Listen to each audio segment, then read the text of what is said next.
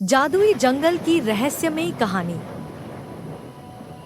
बहुत समय पहले एक छोटे से गांव के पास एक घना जंगल था जिसे लोग जादुई जंगल कहते थे।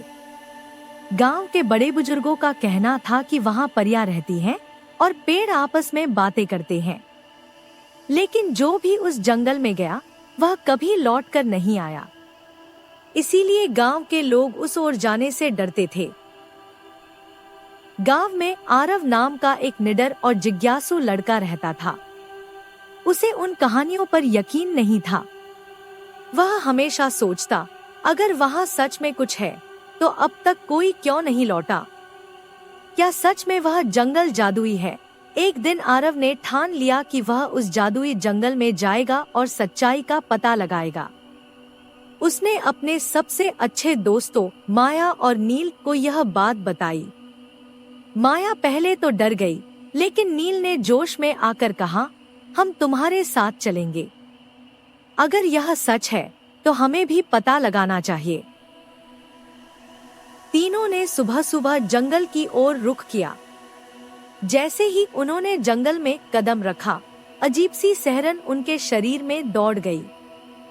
पेड़ अपनी अपनी शाखाएं हिला रहे थे, जैसे उन्हें रोकने की कोशिश कर रहे हों। अचानक एक ठंडी हवा का झोंका आया और उनके कानों में किसी के फुसफुसाने की आवाज गूंजी, वापस चले जाओ, यह जगह तुम्हारे लिए नहीं है। माया ने डरकर पीछे हटना चाहा, लेकिन आरव ने उसका हाथ थाम लिया और कहा, डरो मत, ये बस हवाएं हैं। आगे बढ़ते ही उन्हें एक सुनसान कुटिया दिखी, जिसके चारों ओर बेलें लिपटी हुई थी। जैसे ही उन्होंने दरवाजा खटखटाया, वह अपने आप खुल गया। अंदर घना अंधेरा था और धुएं की खुशबू आ रही थी।